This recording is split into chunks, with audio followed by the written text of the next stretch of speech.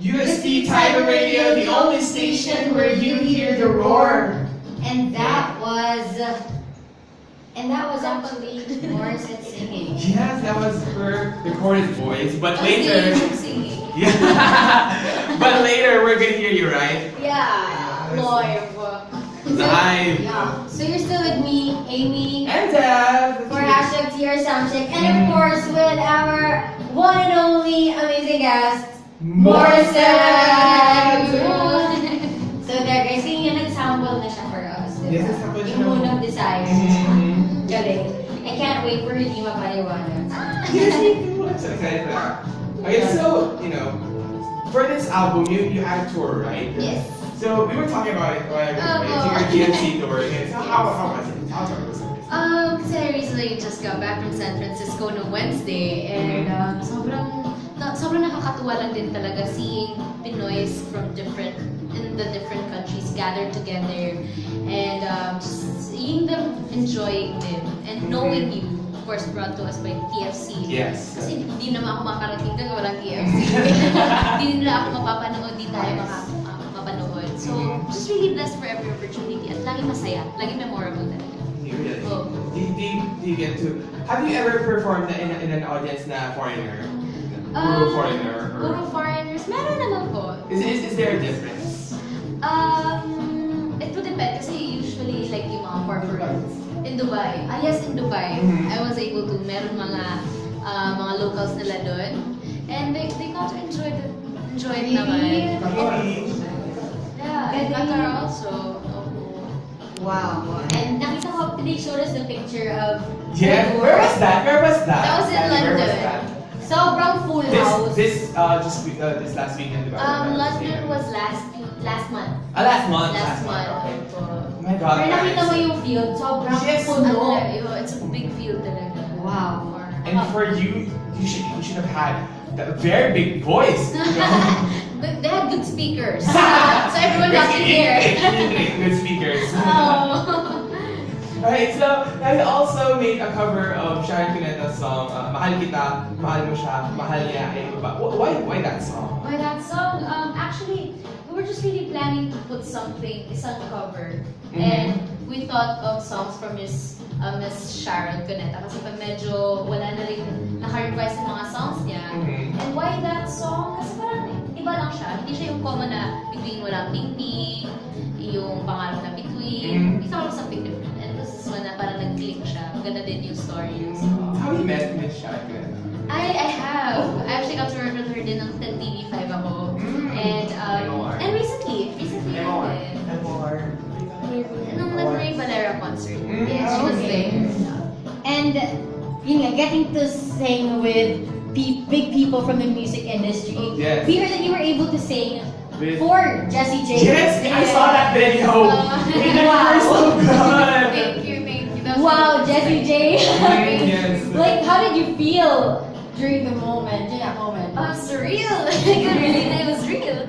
Kasi parang, syempre pinapanood lang natin siya, international star, Yes. napakagaling. And then there was that opportunity to share the stage with her. Wow na. In-expect mo ba yun? Or hindi talaga? No, not at all. Kasi at first, I went there to be an audience lang. Nanonood lang talaga. Yes. Eh biglang that same day, sinabi ng, kinawagan po kami para if okay lang ba sa akin magtrabaho ako that night to interview her for ASAP All Access. Oh, okay. Sabi ko, oh, sige, iba yun. And it was my first time to do that segment. So, nakapunta ako sa room nila and interview siya. Wow. Interview siya. Super down to earth. Really? Nakakatuwa. Super. And then, Hands down. And then she asked And you. then we're talking about The Voice kasi she was a coach Ah, yes, she's a also coach. sa, Oh, okay. sa Yeah. Is it UK? UK. Yeah, in UK. And then sabi niya, tapos nabanggit ko I was from the Philippines din na The Voice. Sabi niya, okay, what did you sing? Sabi ko, I actually sang your song, Who You Are. Yeah. So I sang it for us. Can we have a small bit of Of sample? Who You Are. This was how I sang it for her. Okay. Real quick one. Sige.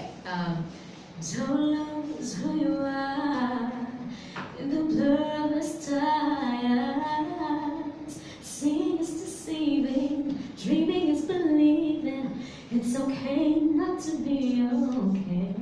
Sometimes it's hard to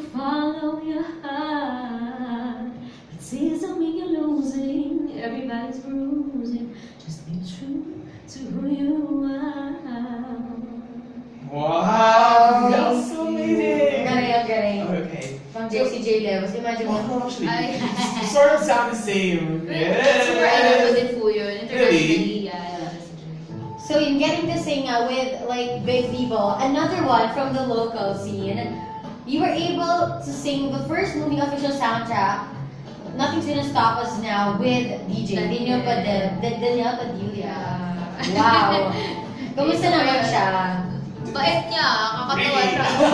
Siya na tao. And nung nagkita kami sa ASAP na, I told him, uy, we're recording a song together. Sabi niya, uy, ayos yan! Ayos yan! Pero we didn't get to record together. Kasi syempre at that time, he was busy with the filming. So nauna ako, and then siya, and then it was still nung concert na niya sa MOA Arena na, doon pa kami first nag-sing together sa song. Okay. Was it the same song? Yeah, it was the same song, Nothing's Gonna Stop Us Now. And sobrang nakakatawa lang din. Kasi enjoy. Katniel, the crowd. Yes, yes. Super happy kami. Wow. Na-pressure ka ba? Because you know, a lot of people will watch this movie. Of course, it's that DJ movie. Opo. So, were you pressured that you're gonna sing the official soundtrack for the movie? I was not pressured naman. I was actually more excited. Kasi ako, fan ako ng Katniel. Got to believe. Of course. Sinasubaybayan ko yun. So just to be sharing a song with him is amazing na. Amazing. Wow. Yes, ang galing. What a journey, di ba? Daniel Padilla. Yun pala yung habal pa.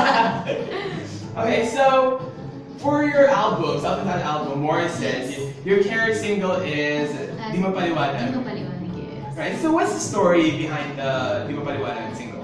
Well, I'd like to start that this was a composition by Kiko Salazar and Arnie Mataros. And well, it's basically something people can relate to. Na, syempre, if you have feelings for someone, you can't really determine that. That's right. Exactly. So, I just really love singing along to it. Parang chill lang siya. Good, feel good lang. Is it for someone's I'll ask the writers.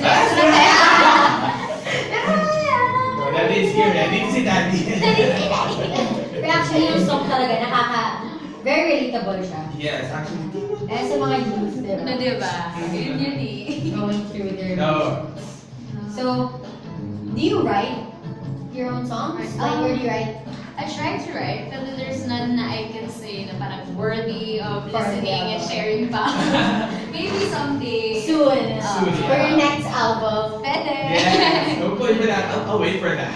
Singer, songwriter. Oh, Char. Push that in your Lord. Yes, of course. I mean, you've already come so far, so I don't think it's that impossible. Yes. Thank you. Okay, now you know. Your carry single is Di Mo Paliwanag, right? So, can you give us a sample? And you actually have a -1. Yes, I'll be singing it live. Full song. Hindi na siya sample. Can you sample? Yeah. So guys, this is the moment we've all been waiting for. Her